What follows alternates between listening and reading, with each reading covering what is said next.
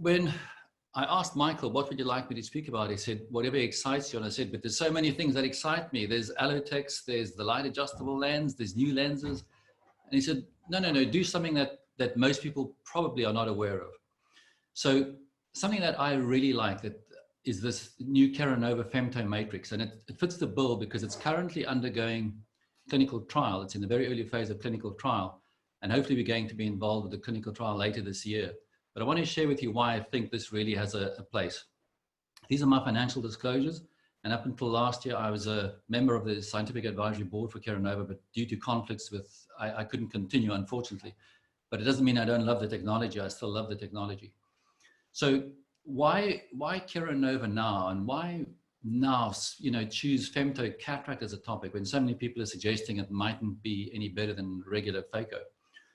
So I'm going to ask a few questions. One is, has femto cataract had the anticipated success? And I guess if we're really honest about it, we'd probably say no. The uptake is still quite limited, although those who use it are using it more and more. So what's different about KeraNova? Why am I excited about this? And why I think it's just a question of time and femto cataract will become a lot more common. So the way femto cataract works for most people today is often there are two theaters involved, one for the femto, one for the phaco. There are often two surgeons, someone doing the femto, someone doing the phaco. The patient often has to move, or the trolley has to move. And there's certainly three distinct phases in the surgery. There's the femto part, the phaco part, and the IA part. And potentially, with this technology, this is how things can look. One theater, one surgeon, the patient is on one bed or one trolley, doesn't move around, and two phases to the surgery. Just the femto and then IA. So it changes the flow in a big way. So the device looks like this. It's very, very high technology. It's got a robotic arm that in fact is the ROSA arm of neurosurgery. So it's even more advanced than Da Vinci. It's got in the laser head, it's got a real-time OCT. Then it has an onboard, all the fluidics, IA, and a phaco. So the idea is that the phaco will be used very infrequently, but it's there on the odd time you might need phaco to break something up. And then it has included an integrated intelligence for energy modulation. And I think this is part of why it's so exciting.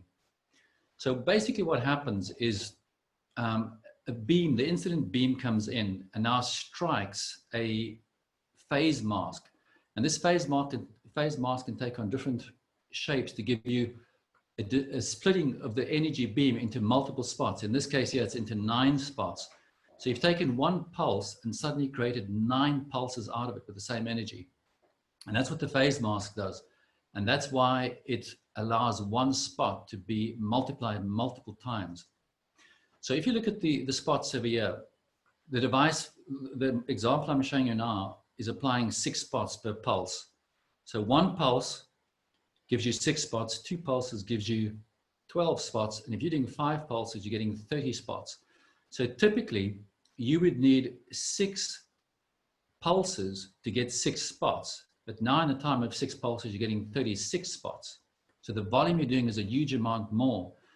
And if you look at a conventional femto, if you want to do 12 lines of femto, this is what's happening. You're doing the line of femto, you're then doing a U-turn and coming back with a second line, and then doing a U-turn and then doing the third line. And the time for doing a line is the same as the time for doing a turn. So in that block of femto, there are 23 steps.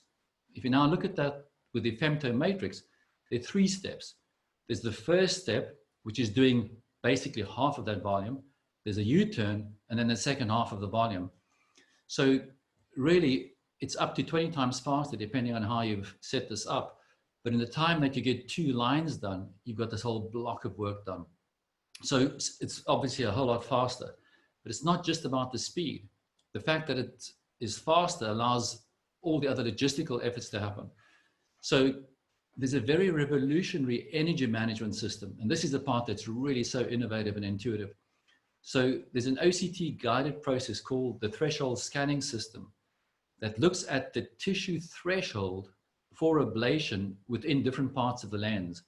And so what this does is it enables an energy customized lens treatment. And then using the threshold scanning system, the femtomatrix laser can apply the exact amount of energy for for the most efficient photoemulsification across the range of the cataract. So it tests in different areas with air bubbles, and it dictates or determines the threshold of power that's needed to create an effect. It does this over a large zone. And then before it starts the treatment, it now has a 3D map where it knows there's certain parts of the lens that are going to need more energy and other parts of the lens that are going to require less energy. So the problem is that if you have the same energy all the time and you simply distribute this through the lens, you're going to find that it doesn't work perfectly well because different parts of the lens have different energy threshold numbers. And so the result is, if you're in an area of the lens where the energy level is too low for that area, you get no effect. And conversely, if you're in an area of the lens where the energy level is too high, you get a whole lot of bubbles. So the solution is to do this automatic threshold scanning based on the OCT imaging. It takes about 10 minutes to do this, not 10 minutes, 10 seconds to do this across the entire lens. And then it plans the treatment in such a way that every part of the lens is going to get the appropriate amount of treatment. So the very first step is putting 8 spots in with energy defined that's increasing. The energy is increasing from 0.7 to 7.4 microjoules. The second step is the OCT now determines how big the bubble is that's created, or the bubbles that are created, how big they are, to determine what the energy threshold is. The third step then is to do these 2 steps, the energy and the determination of the bubble, in 24 different locations in the lens. So you now have this 3D map of what part of the lens needs what. So there's certain parts of the lens are going to need 9 spots within the phase mask. Other parts will need less. And so you get a completely customized energy level for the lens. And it gives you, within 30 seconds, whether it's a hard lens or a soft lens, within 30 seconds, you have 15,000 small cubes within the capsular bag, all of 200 microns by 200 microns. And they are suitable for IA. All they need is IA. And the very first eyes were treated in December of 2019 by Pavel Stadulka in the Czech Republic, and was done with 0 phaco. So this is the first case. I'm going to go through a couple of things with you. It's just a minute long. So the robotic arm settles down on the patient. This incident beam goes in, hits the mask, gets multiplied into what it needs. It's done the calculations, so it knows what will happen. It's chosen 6 spots at a time. You can see how quickly it's done the block, while on the right-hand side, a regular femto is still working. This is robotic docking. So it finds the eye, docks on the eye, apply the energy to the lens, and then the energy you're applying now is exactly what the lens is needing. So there are no additional bubbles, and there are no parts where the lens hasn't been cubed. It then does the rhexis and the corneal incisions, and now you have these 15,000 tiny blocks. And because they've all been broken up, whether they're soft or hard, is they simply aspirate. And you'll see in the live image, taking some time just to get through the initial break. And once you get into the cubes, you start aspirating these cubes, and they come away. And as far as I know, the numbers are now something in the 20s or 30s. And so far, every single case that has been done with IA only. So the phaco is on board for the times that you think you may get stuck. So this really changes the dynamic in the conversation. So in summary, from what I've seen and heard so far, it seems to be extremely effective. It's very efficient. It seems to be very safe. It's very intuitive. To tell you the honest truth, when I first heard of femto, and it was at one of the AAOs, and I thought, my word, this is interesting. So now he has a device that does this for us, and all we have to do is remove what's left of the lens. But we know it wasn't the case. We're going to do phaco afterwards.